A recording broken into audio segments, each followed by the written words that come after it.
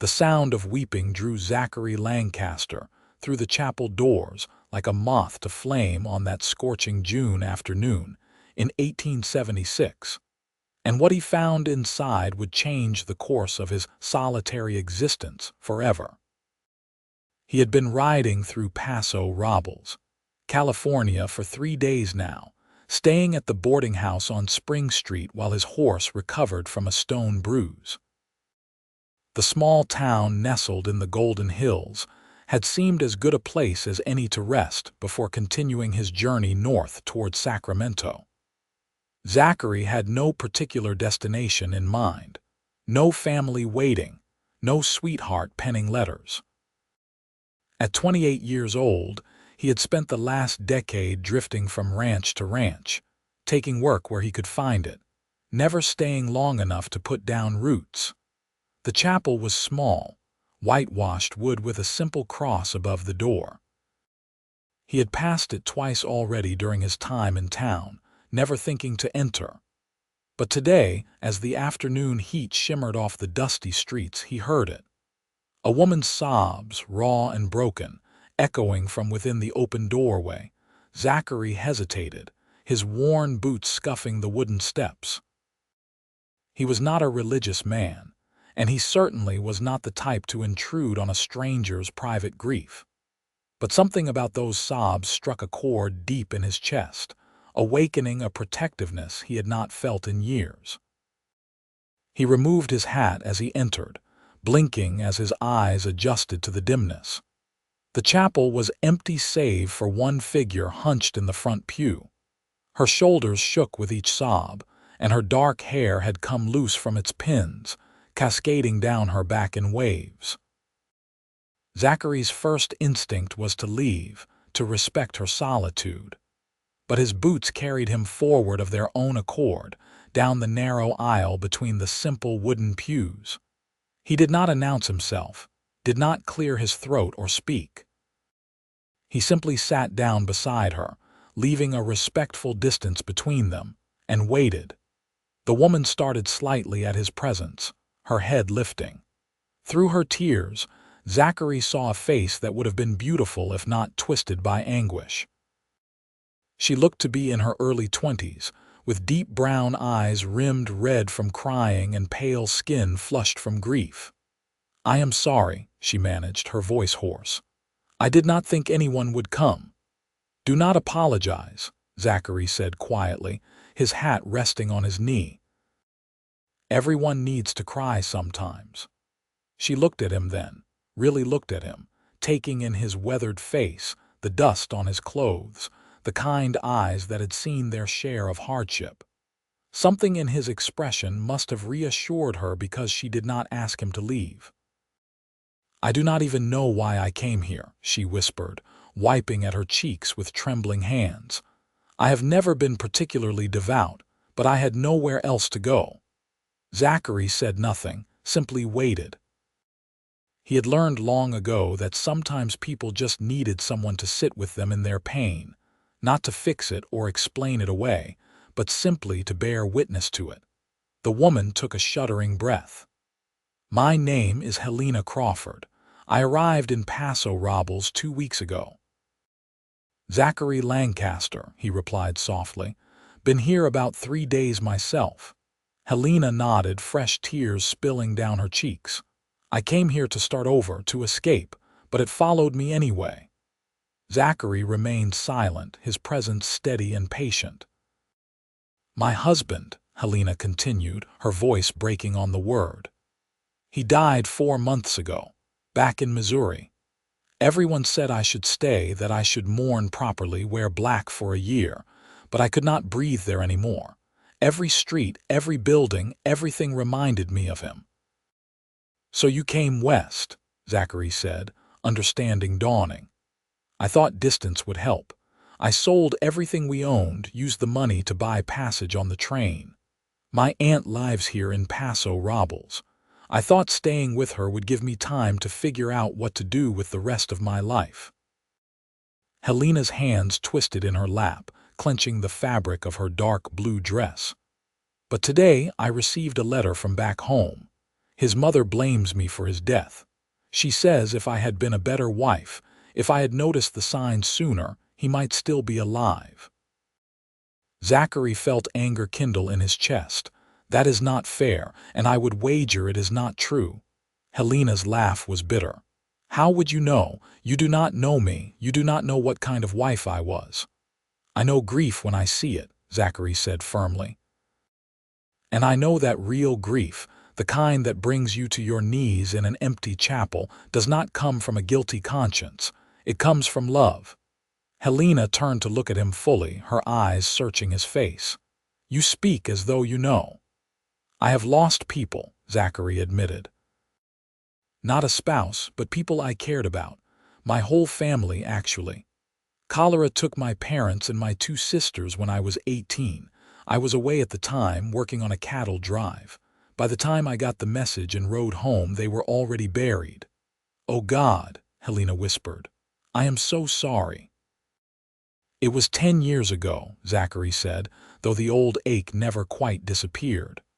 But I remember those first months, how the guilt tried to eat me alive. What if I had been there? What if I could have helped? What if I had never left in the first place? How did you move past it? Time, mostly. And eventually accepting that I could not have changed what happened. Guilt is a cruel companion, Miss Crawford. It will tell you lies in the dark and make you believe them. But it does not honor the people we have lost to torture ourselves.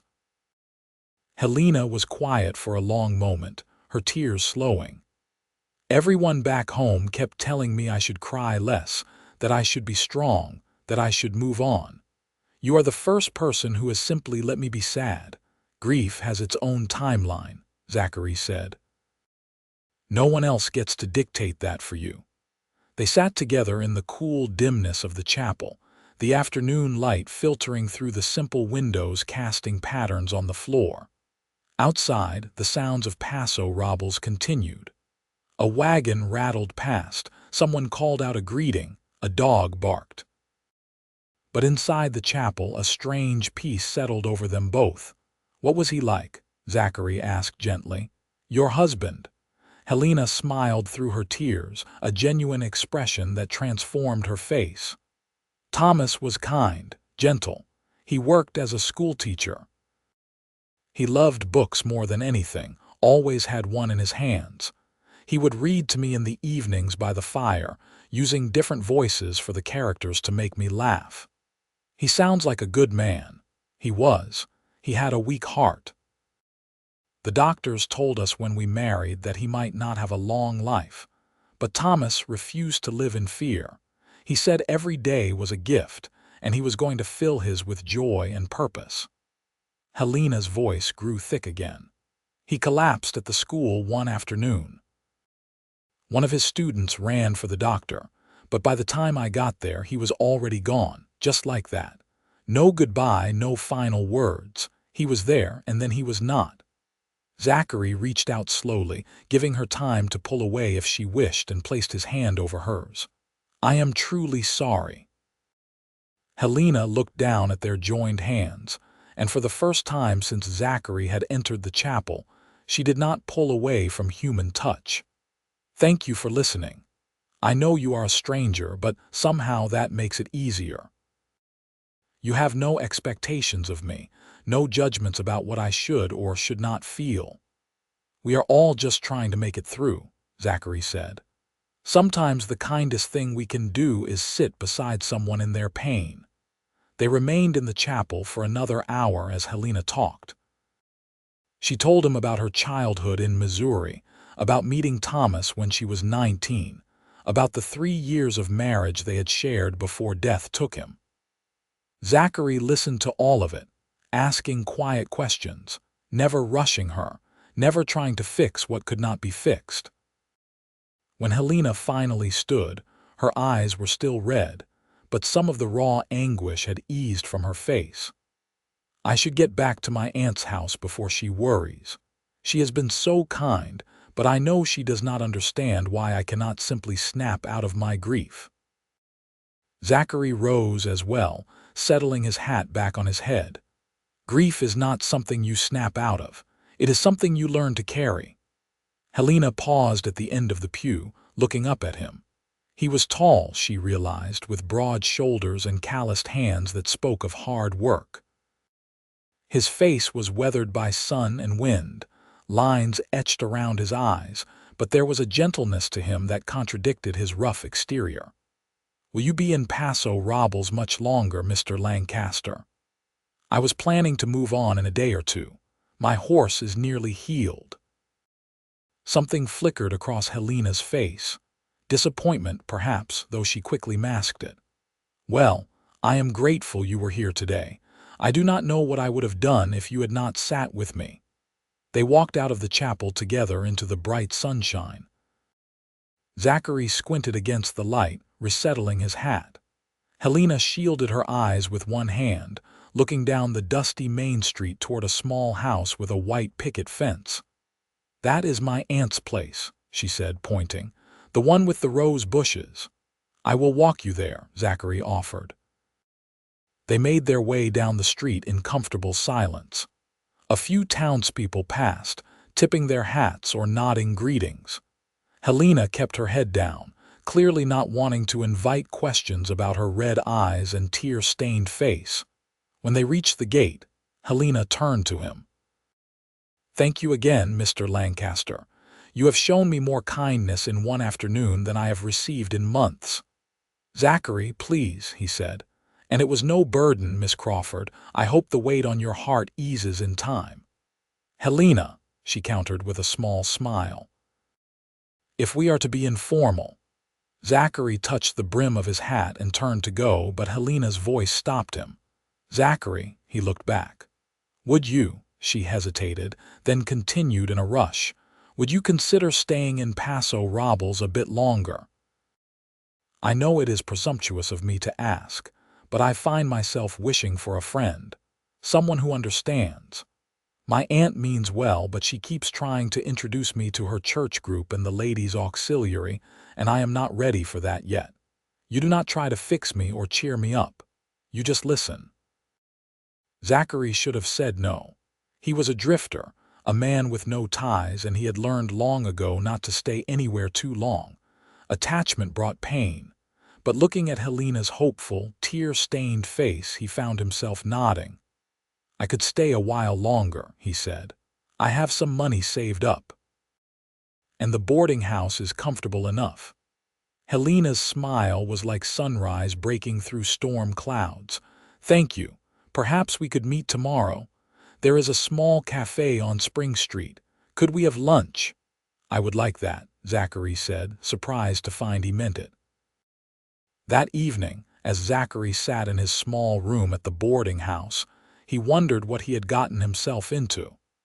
He had spent 10 years avoiding entanglements, keeping his heart carefully guarded. But something about Helena had reached past his defenses. Maybe it was recognizing his own pain reflected in her eyes. Maybe it was the courage it took for her to get up every day and keep going despite her grief. Or maybe it was simply that after 10 years of loneliness, he was tired of drifting. The next day dawned hot and clear. Zachary arrived at the cafe early, taking a table by the window where he could watch the street. He had dressed in his cleanest shirt and had even paid for a bath at the boarding house. When Helena arrived, he stood immediately. She looked different in the daylight, less shattered. She wore a simple gray dress, her hair pinned up neatly, and though her eyes still carried shadows of sadness, she greeted him with a genuine smile. "I was afraid you might have changed your mind," she admitted as they sat. "I gave my word," Zachary said simply.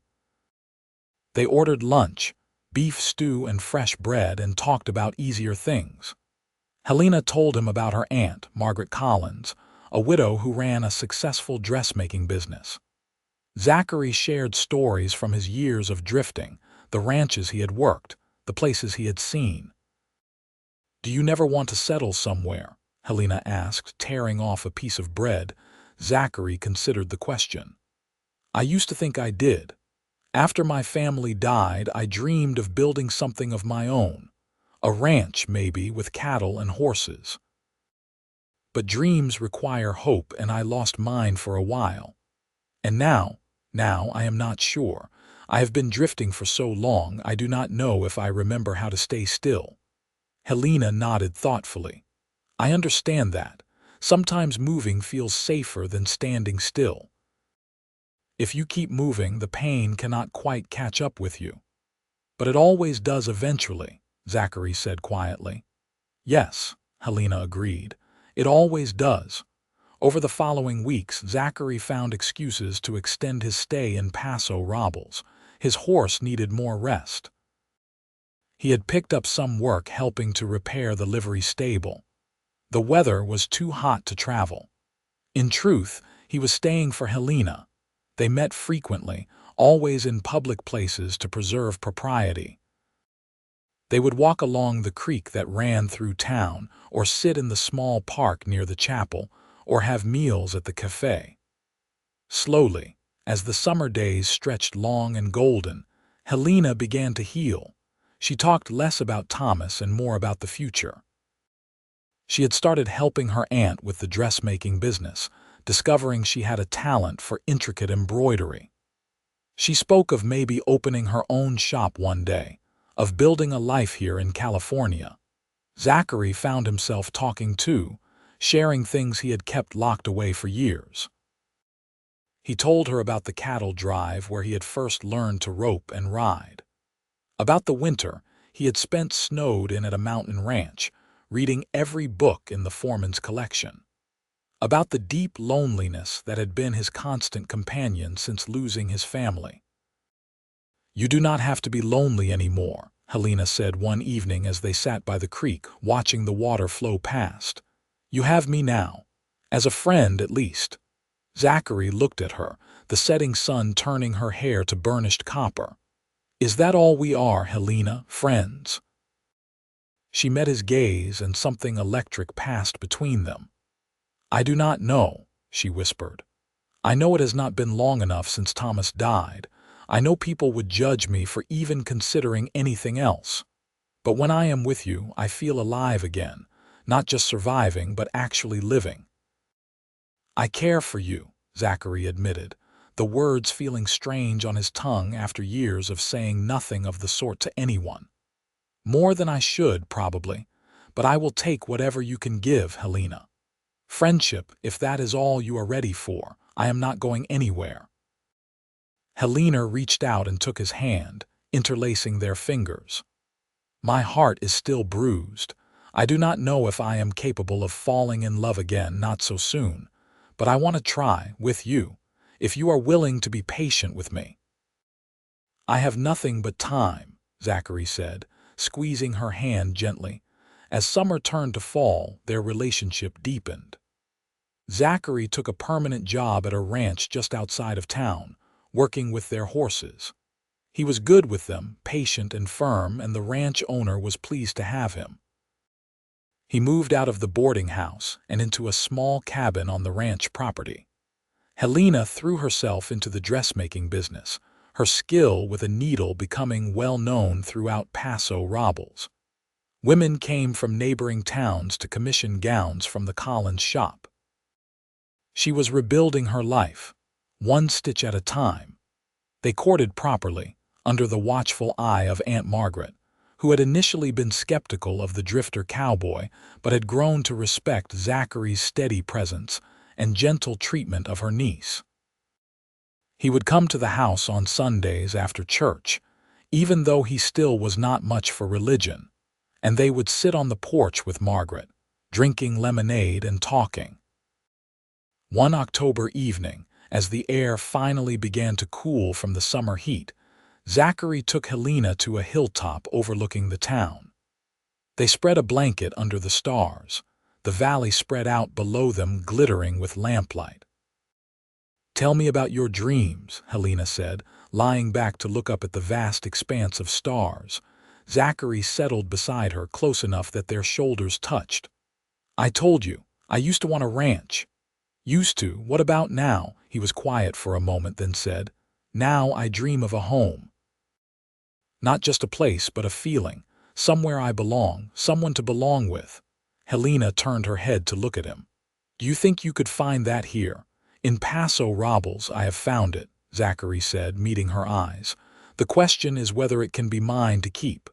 Helena's breath caught. In the 6 months since they had met, she had felt her heart slowly coming back to life. The sharp edges of grief had softened into a gentle melancholy, and in the spaces where pain had resided, something new had begun to grow. I love Thomas, she said softly. I will always love him. But he is gone and I am still here. And I am learning that the heart is bigger than I thought. It can hold grief and joy at the same time. It can honor the past while reaching for the future. Helena, Zachary started, but she pressed her fingers to his lips. Let me finish. When I met you, I was drowning in sorrow. You sat beside me and did not try to pull me out. You just kept me company in the deep water until I was ready to swim again. You gave me time and patience and kindness, expecting nothing in return. And somewhere along the way, I fell in love with you. Zachary's heart hammered in his chest. You love me. I do, Helena said, her voice strong and sure. I love your gentle strength. I love the way you listen, really listen when people talk. I love that you have been hurt and yet you remain kind. I love you, Zachary Lancaster. He kissed her then, soft and careful as though she were something precious that might break. Helena kissed him back, her hands coming up to frame his face, and in that moment, under the stars above Paso Robles, two wounded hearts found healing in each other. I love you too, Zachary whispered against her lips. I have loved you since that first day in the chapel, I think. I just did not know it yet. They lay together under the stars for hours, talking about the future. Zachary told her about his dream of owning a small spread of land, just enough for some horses and cattle. Helena shared her hope of expanding the dress shop, maybe even taking on an apprentice someday. They wove their separate dreams into a shared vision, building a future together with words and hope. When Zachary finally walked Helena home that night, Aunt Margaret was waiting on the porch, a knowing smile on her face. I expect you will want to speak with me soon, Mr. Lancaster, she said, raising an eyebrow. Yes, madam, Zachary replied, understanding her meaning. Very soon. 3 days later, Zachary returned to the Collins house dressed in his best clothes, his heart in his throat. Margaret invited him into the parlor, and Helena made herself scarce, though he could hear her pacing in the next room. I know I am not much, Zachary began, turning his hat in his hands. I am just a ranch hand with a little money saved, but I love Helena with everything I have. I will work hard to provide for her. I will be faithful and true. I will honor her grief for her first husband while doing everything in my power to make her happy. Miss Collins, I am asking your permission to marry your niece. Margaret studied him for a long moment, her sharp eyes taking in his earnest expression and nervous hands. Finally, she smiled. You are not what I imagined for Helena when she first came here. I thought someday, after a proper mourning period, she might marry a merchant or a lawyer. Someone settled and respectable. She held up her hand when Zachary started to speak. But I have watched you with her these past months. I have seen how gentle you are, how patient. You have helped her heal, Mr. Lancaster, and more importantly, she loves you. So yes, you have my blessing. Relief flooded through Zachary. Thank you, madam. But if you hurt her, Margaret added, her voice taking on a steely edge, you will answer to me. I would expect nothing less. Helena appeared in the doorway, her eyes shining. Did he say yes, Aunt Margaret? That is supposed to be my question to you, dear, Margaret said with a laugh. Zachary crossed the room and took Helena's hands. Helena Crawford, will you marry me? I cannot promise you riches or an easy life, but I can promise you my whole heart now and always. Yes, Helena said through happy tears. Yes, 1,000 times yes. They married in November, a simple ceremony in the same chapel where they had first met. Helena wore a dress she had made herself, pale blue silk with delicate white embroidery. Zachary stood at the front of the chapel in a new suit, watching her walk down the aisle, and thought his heart might burst from happiness. The townspeople of Paso Robles had initially been skeptical of the match. There were whispers about the short mourning period, questions about the drifter cowboy who had won the young widow's heart. But seeing them together, the way Zachary looked at Helena as though she had hung the moon, the way Helena smiled with genuine joy for the first time since coming to town, most of the gossip faded away. They moved into Zachary's cabin on the ranch at first, but it was too small for their plans. Using their combined savings and a loan from the ranch owner, they purchased a small piece of land just outside of town. It was not much, just 20 acres with a creek running through it, but to them, it was everything. Zachary worked on the ranch during the day and spent his evenings building their home, board by board. Helena helped when she could, though her dressmaking business kept her busy. Other ranch hands pitched in too, and by spring they had a sturdy little house with 2 bedrooms, a real kitchen and a porch that looked out over the rolling hills. "It is perfect," Helena said the day they moved in, standing in the middle of their empty parlor. "Our home." Zachary wrapped his arms around her from behind, resting his chin on her head. "Our home," he agreed. Life settled into a comfortable rhythm. Zachary built a small barn and bought 4 horses, good breeding stock. He had an eye for horseflesh, and word spread quickly. People came from all over the county to buy his horses. Helena's business continued to thrive as well. They were not rich, but they had enough, and more importantly, they had each other. On quiet evenings, they would sit on their porch and watch the sun set over the hills.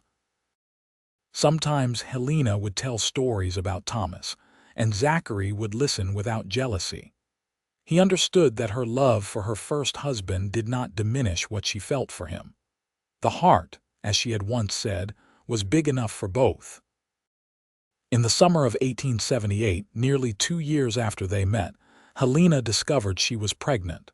She told Zachary over breakfast, watching his face carefully for his reaction. "Are you happy?" she asked when he said nothing for a long moment. Zachary stood and pulled her into his arms, his eyes wet.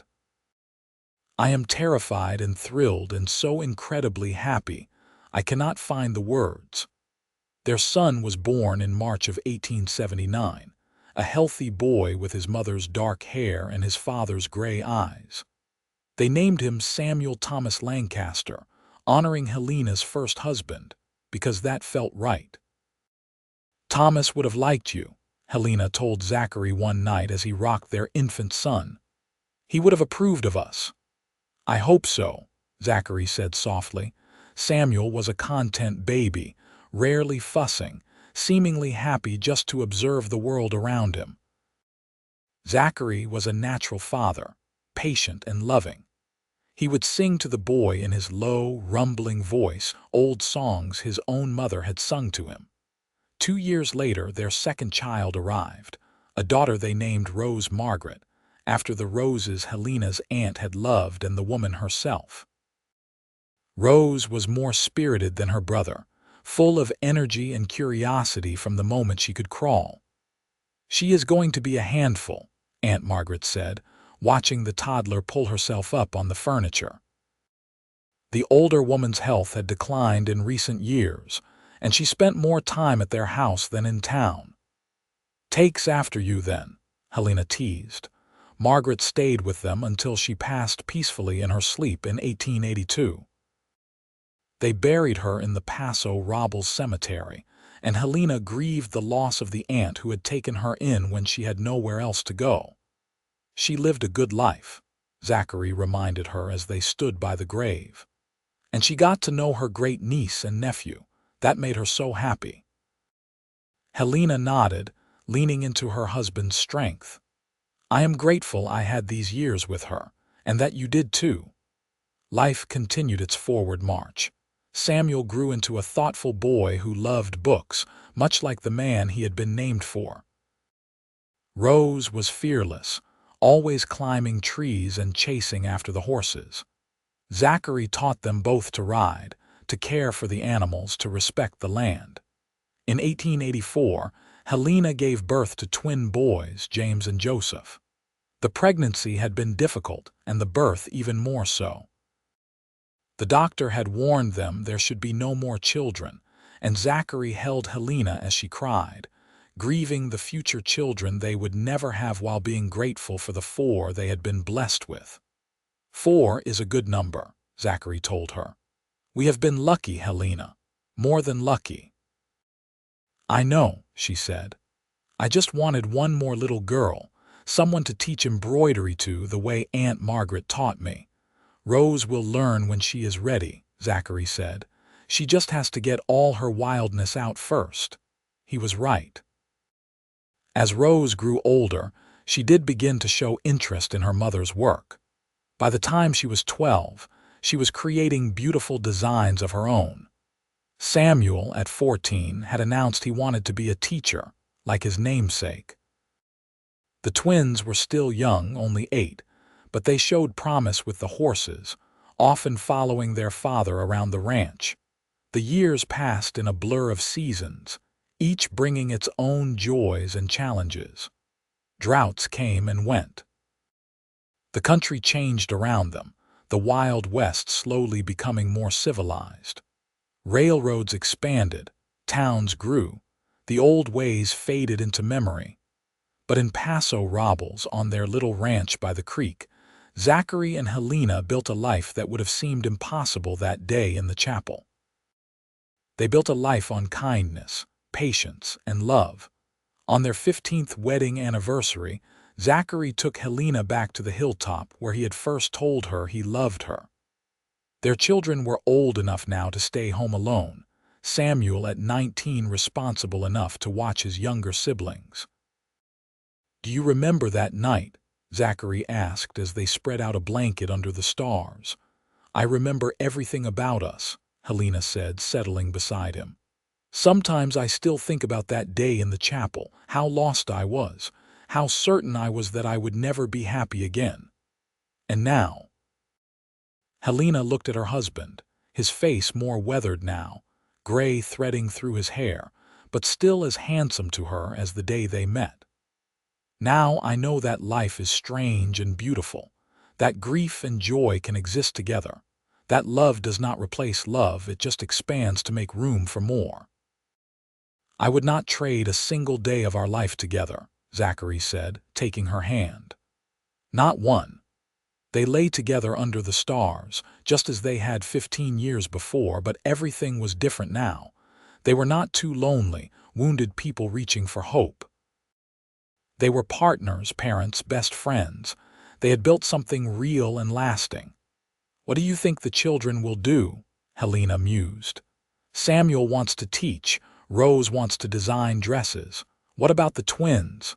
James wants to be a veterinarian, last I heard. Joseph changes his mind every week, Zachary laughed. Last week he wanted to join the circus. He is 8, give him time. They are all going to leave eventually, Zachary said, a note of melancholy in his voice. Samuel will go to college, the others will grow up and move away. It will be just us again. Helena squeezed his hand. That does not sound so bad. We started with just us. We can do it again. Years continued to pass in their gentle rhythm. Samuel did indeed go to college, studying education. He returned to Paso Robles and took a position at the local school, teaching literature to eager young minds. He married at 24, a kind young woman named Ellen, and they settled in town. Rose moved to San Francisco when she was 18, apprenticing with a famous dress designer. She would write long letters home, full of excitement about the city, the fashions, the art.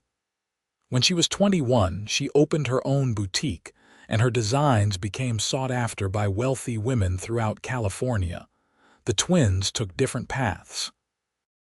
James, true to his word, studied animal medicine. He set up a practice in Paso Robles, taking care of the livestock and horses throughout the county.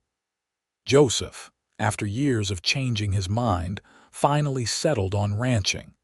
He married young and moved to Arizona, starting his own spread there.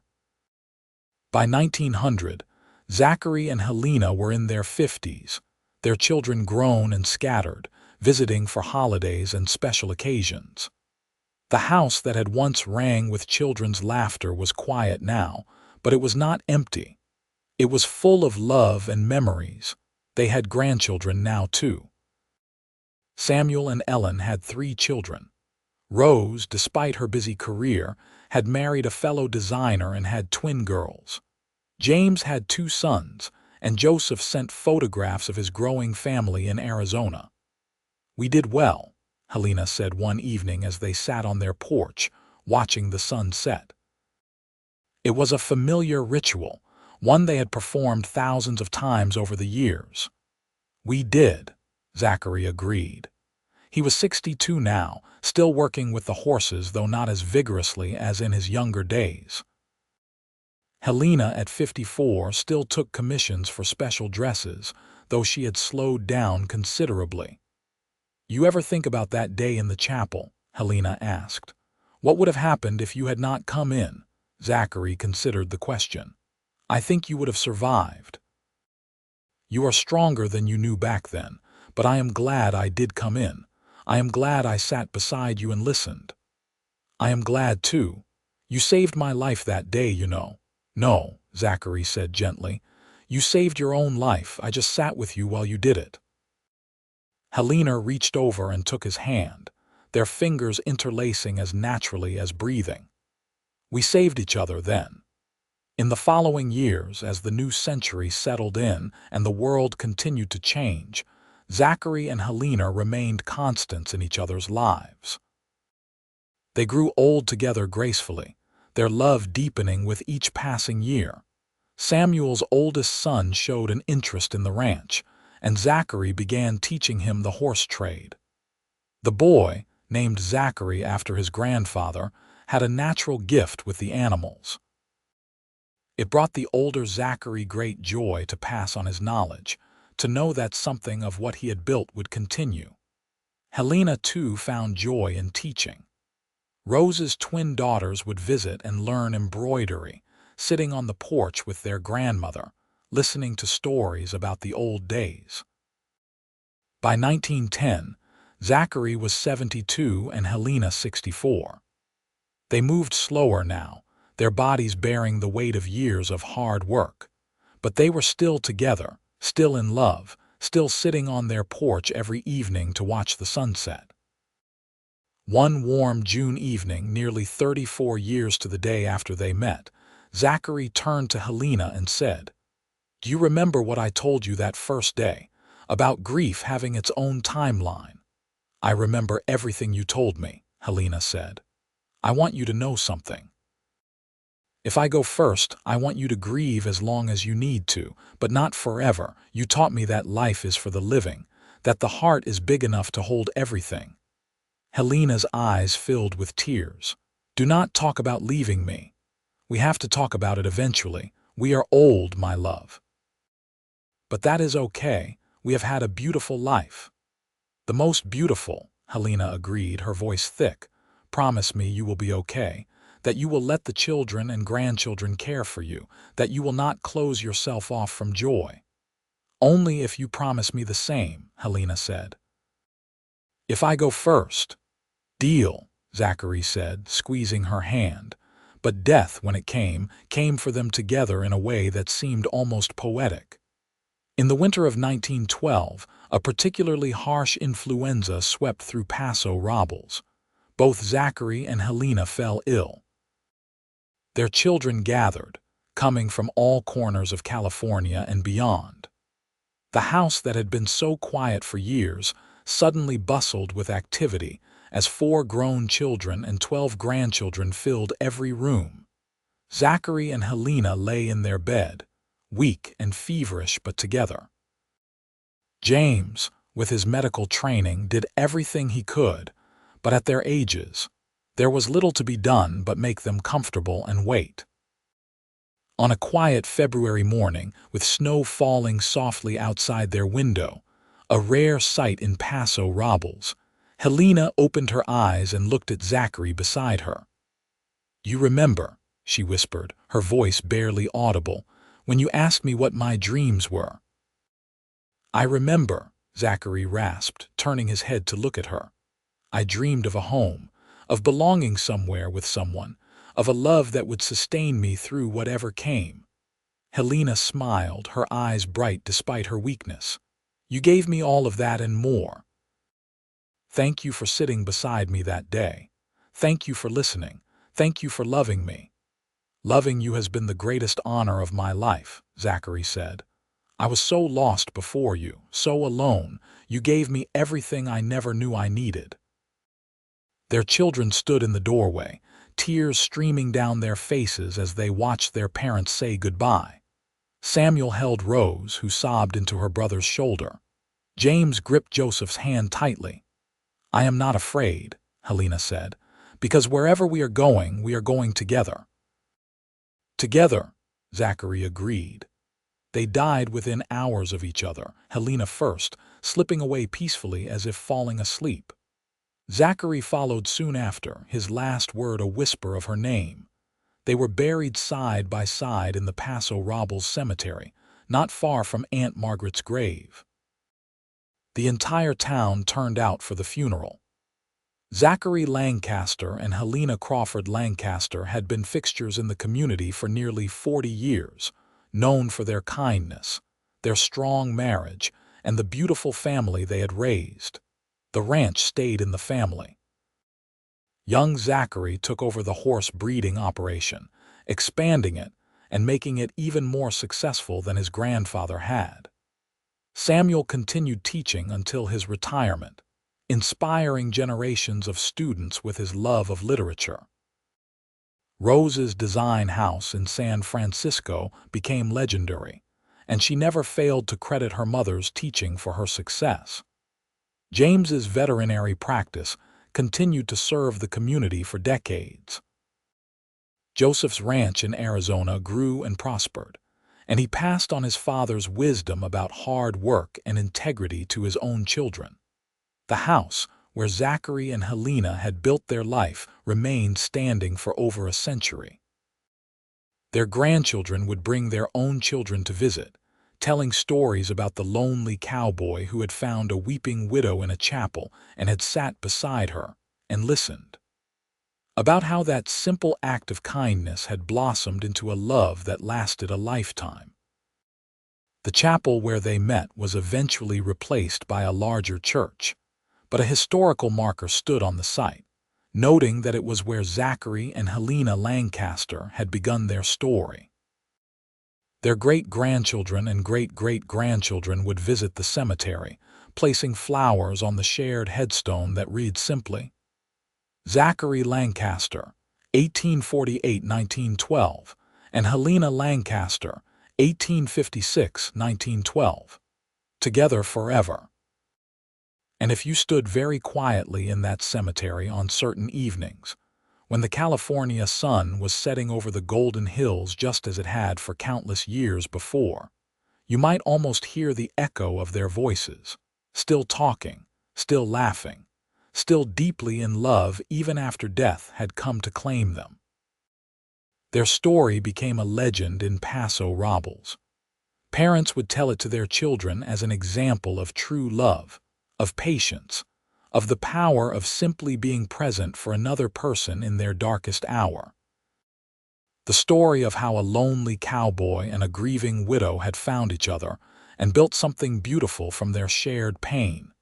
Years turned into decades, and decades into a century. The Wild West that Zachary and Helena had known faded into history. Paso Robles grew and changed, modernized and expanded, but some things remained constant. The hills still turned golden in the summer. The creek still flowed clear and cold. And in the hearts of those who heard their story, the love between Zachary Lancaster and Helena Crawford Lancaster remained as vivid and alive as it had been that day in 1876, when a cowboy heard a woman weeping in a chapel and made the simple choice to sit beside her and listen. That choice had changed both their lives in ways neither could have imagined. It had given Zachary a home and a family after years of lonely drifting. It had given Helena hope and healing when she thought she would never feel joy again. Together, they had proved that even from the deepest grief, new love could grow. That the human heart was resilient and vast, capable of holding sorrow and happiness, memory and hope, loss and love all at once. Their children carried their legacy forward, passing down not just the practical skills their parents had taught them, but the deeper lessons too, about kindness and patience, about sitting with people in their pain rather than trying to fix it, about building a life based on mutual respect and genuine affection, about choosing love again and again through all the seasons of life. The ranch that Zachary had built produced exceptional horses for over 100 years. The dress designs that Helena had created influenced California fashion for generations. But more than these tangible legacies, they left behind a story that reminded people of what really mattered. Not wealth or status or power, but connection. Love. The courage to be vulnerable with another person. The strength to hold on through hard times and the grace to celebrate the good ones. On the 150th anniversary of their meeting, in 2026, the town of Paso Robles held a special celebration.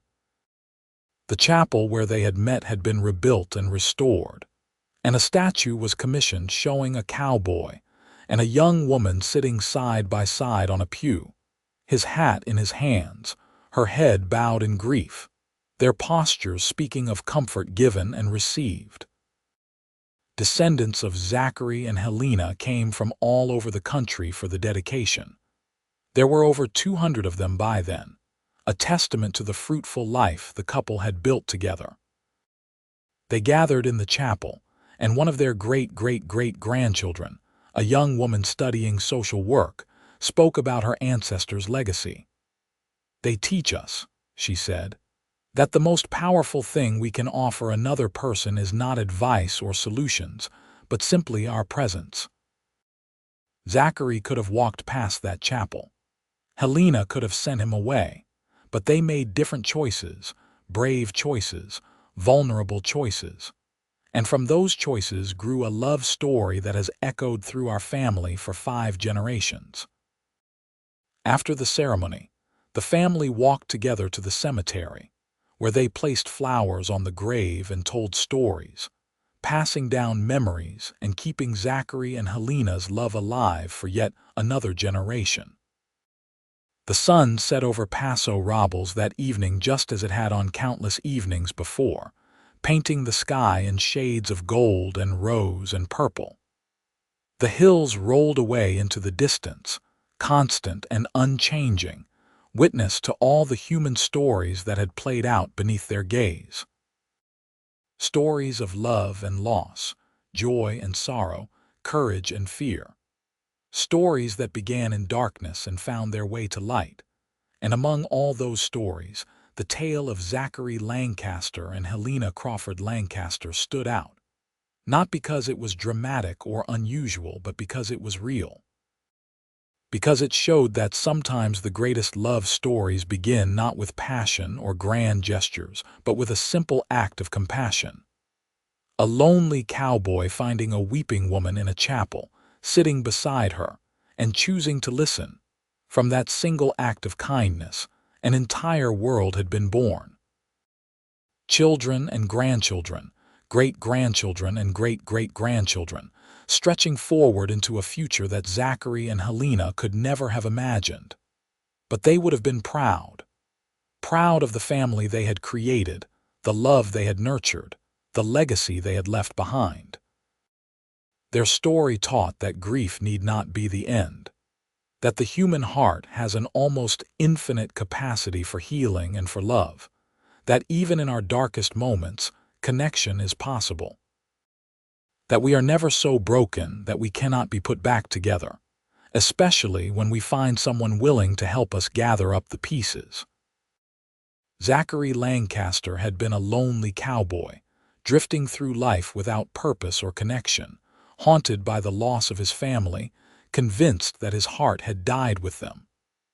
Helena Crawford had been a young widow, drowning in grief, certain that joy would never find her again. Separately, they were incomplete, but together they became whole. Their love had not erased their pasts or their pain. Zachary never stopped missing his family. Helena never forgot Thomas, but they learned to carry their losses together to make room for both memory and hope. They proved that loving again did not dishonor those who had been lost, but rather celebrated the capacity of the human heart to continue choosing life and love even after devastation. As the stars came out over Paso Robles on that anniversary night, the last of the Lancaster descendants made their way home, carrying the story with them. They would tell it to their own children someday, keeping the memory alive, ensuring that Zachary and Helena's love continued to inspire long after the last person who had known them personally had passed away, because some love stories are too beautiful to let fade. Some examples of courage and compassion need to be remembered and repeated. And the story of a lonely cowboy who heard a woman weeping in a chapel and simply sat beside her and listened was one of those stories. It reminded people in an increasingly disconnected world that human connection still mattered. That presence was a gift. That listening could be an act of love. That from the deepest wells of sorrow, joy could still spring forth.